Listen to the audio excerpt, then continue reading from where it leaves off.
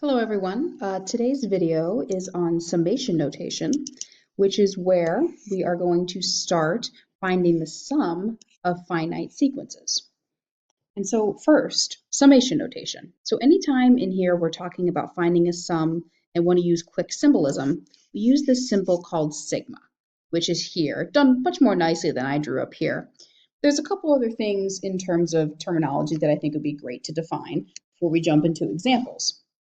So first, this I value down here is really called an index.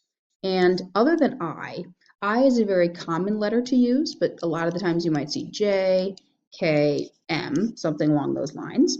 And this represents the term number that you are starting on in a way. So I want to also point out that this I and this I mean the same thing. They both are called the index. And yes, this here is where you start, where your sum starts, and the end value up here represents your ending term, which means you could say that this is your starting term.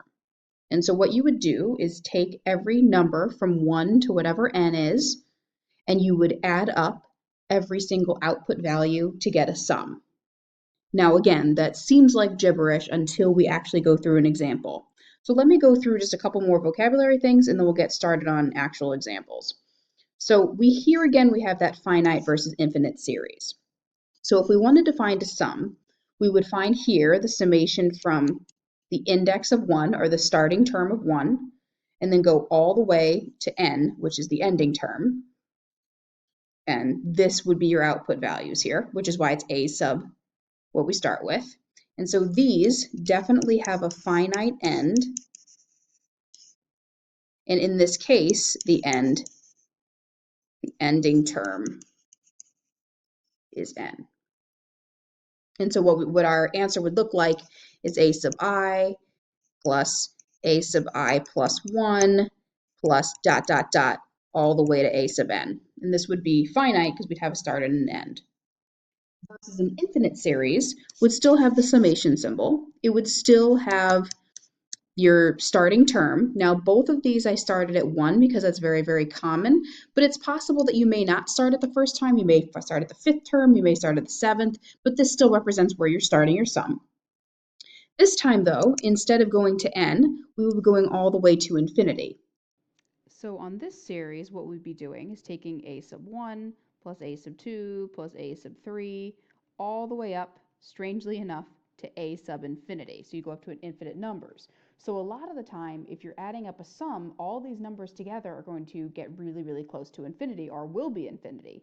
But sometimes this is going to actually converge on a particular number. And some of you might be saying, what? How is that possible? If I keep adding numbers, it seems that I'm going to be getting closer and closer to infinity.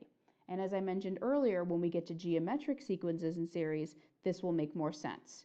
But kind of hold off on me with that, and let's actually get to an example so you can see how this relates to a problem. So this one wants you to find the sum, and it wants you to find from the second term, which is the starting term of 2. I mentioned that it may not always be 1 here, and we want to go up to 5. So what I would do first to organize your thoughts is we're not adding up 2 to 5. We're not adding 2, 3, 4, and 5. We're adding the output values. So I'm just going to write a quick note that we are adding the output values.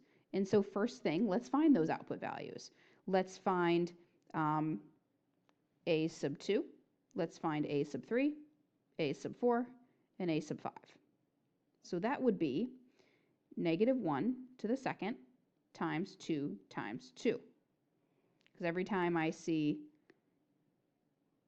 this value, that's what I start with and plug in for I and I. So this would be negative 1 squared is 1, 1 times 4. So my output value is 4.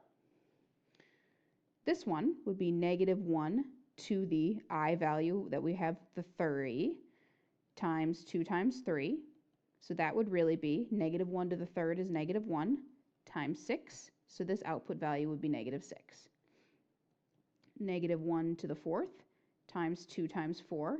Negative 1 to the fourth is positive 1 times 8. So this output value is 8. And finally, a sub 5 is negative 1 to the 5th. 2 times 5. Negative 1 to the 5th is negative 1 times 10. So my output value is negative 10.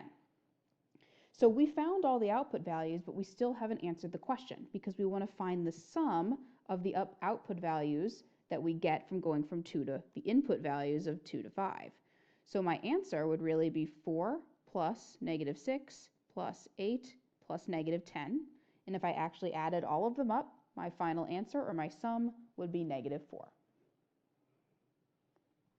And this pattern somewhat continues. And notice that this first example was finite because we defined from 2 to 5. This second example is also finite because we're going from 1 to 6. So what we would need to do, notice the variable changed, but the idea is the same. You are trying to find a sub 1 first, a sub 2, a sub 3, a sub 4, a sub 5, and a sub 6. So you could find the values for these term numbers, and then you can add them up. So this one, I think, would be a good idea to pause and have you try. And just to give you a head start, remember that you are plugging in this value here. So you'd have negative 2 times 1 plus 5, and you would get that output value.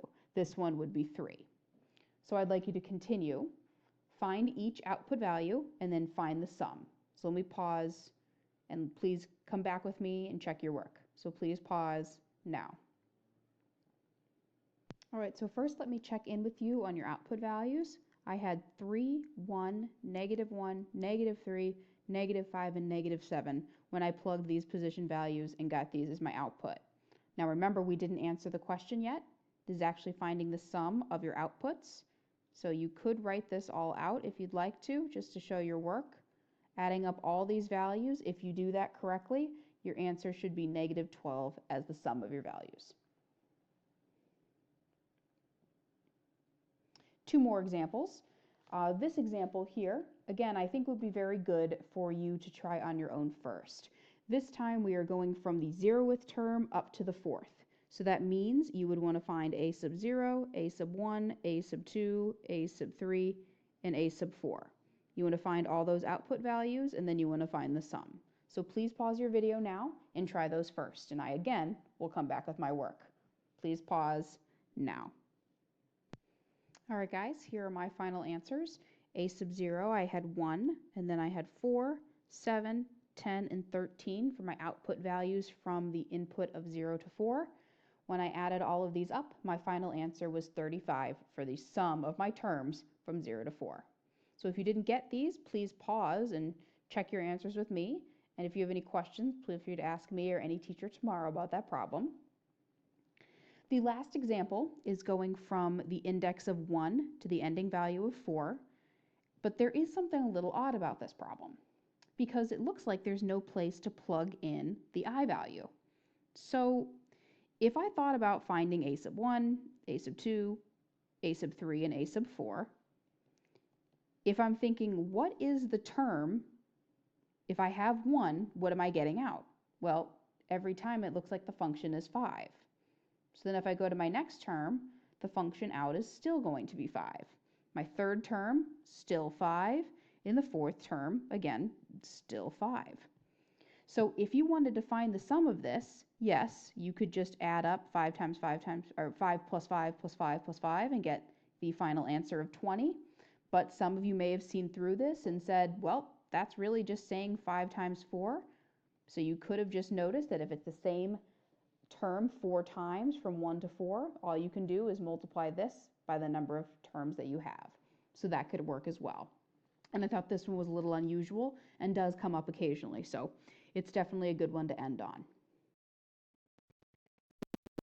The summation notation helps you find the sum of your output values, and the 1 to 4 represents your a sub n values that you need to find in order to find your outputs in order to find the sum. If you have any questions about this, feel free to ask your teacher tomorrow, and we'll be doing some practice in class. Thank you guys again for sticking with me, and I look forward to the next video. Thanks.